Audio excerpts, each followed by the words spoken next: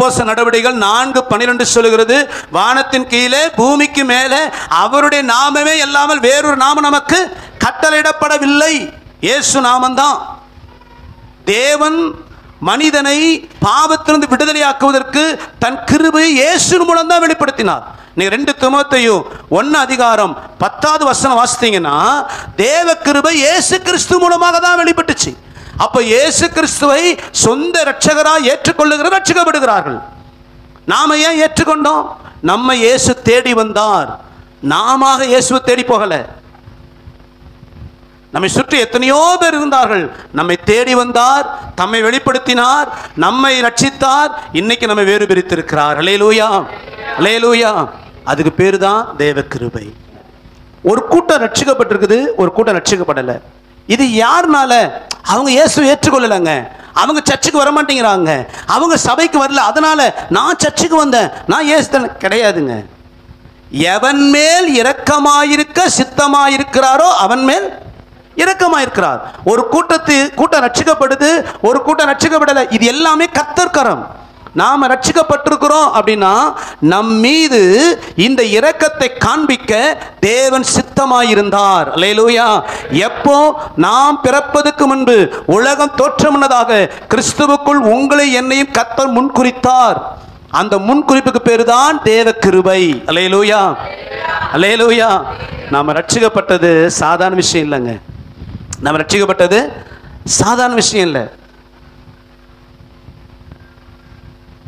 சந்திராயன் 3 அதான் அனுப்புனாங்க. இப்போ சந்திராயன் 3 அனுப்பின உடனே அந்த குரூப்பில் இருக்கிற அந்த டைரக்டர்ஸ், அந்த டீமுக்கு ஒரு பெரிய வெல்கம் கொடுக்கப்பட்டுச்சு தேசத்தில். இல்லை, அது வரைக்கும் அந்த சயின்டிஸ்ட் யாருன்னே அலசி ஆராயாத மீடியாலாம் இவர் தமிழ்நாட்டை சேர்ந்தவர், இவர் இங்கே படித்தவர் அப்படிலாம் அவர் என்ன செய்தாங்க.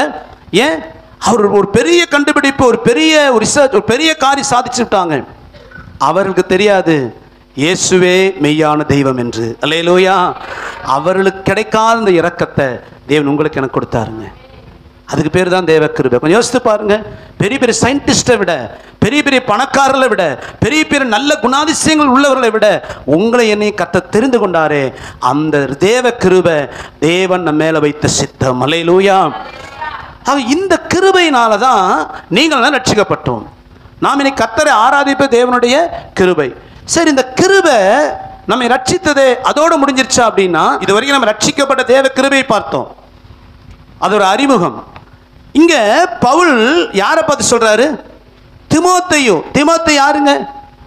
ரட்சிக்கப்பட்டு விட்டார், சபையில் விசுவாசியாக இருந்தார், ஊழிய அழைப்பு பெற்று ஊழியக்காரனாக மாறிவிட்டார், உடன் ஊழியனாக இருந்தார். இப்போ எபேசு பட்டணத்தில் இருக்கிற சபைக்கு இப்போ ஊழியக்காரனாக இருக்கிறார். எப்போ? அந்த தீமோத்தேயு நிருபத்தை பவுல் எழுதும் பொழுது அவர் ஒரு ஊழியக்காரனாக மாறி ஒரு சபை ரன் பண்ணிட்டு இருக்கிறாரு.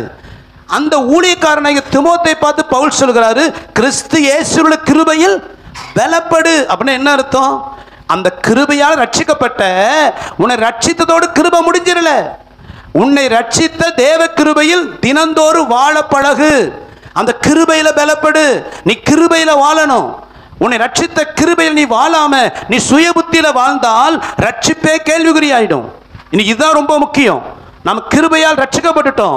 ஆனால் ரட்சிக்கப்பட்ட நாம் தினந்தோறும் தேவ கிருபையில் வாழ வேண்டும். அல்லேலூயா, அல்லேலூயா. சுய பலத்தில் அல்ல, தேவ கிருபையில் நாளுக்கு நாள் பலப்படத்தான் ஒரு உண்மையான கிறிஸ்து ஜீவி வாழ முடியும். தேவ கிருபை இல்லாம நீங்கள் நானும் பரிசுத்தமா வாழ முடியாது. தேவ கிருபை இல்லாம நீங்கள் நானும் கர்த்தர் பிரியமா வாழ முடியாது. 1000 சுய கட்டுப்பாடு இருக்கலாம், நிறைய வேத அறிவெல்லாம் இருக்கலாம், அதை வைத்து நாம் பரிசுத்தவனை வாழ்ந்துட முடியாது. தேவ கிருபை வேண்டும். அந்த கிருபையில வாழணும். இந்த தேவ கிருபை எல்லார் மேலும் உண்டு. நம் மீது இருக்கிற அந்த கிருபையில நாம் வாழும் பொழுது தான், கிருபையில பலப்படும் பொழுது தான் வருகைக்கு ஆயத்தமாக முடியும். அல்லேலூயா. நீ கதை தான் பார்க்க போகிறோம். நீ பார்க்க போகிற செய்தியின் தலைப்பு தேவ கிருபை, காட்ஸ் கிரேஸ். தேவ கிருபை. அந்த கிருபையில எப்படி வாழ போறோம்? ஒரு காரியத்தை முதல்ல புரிஞ்சுக்கங்க.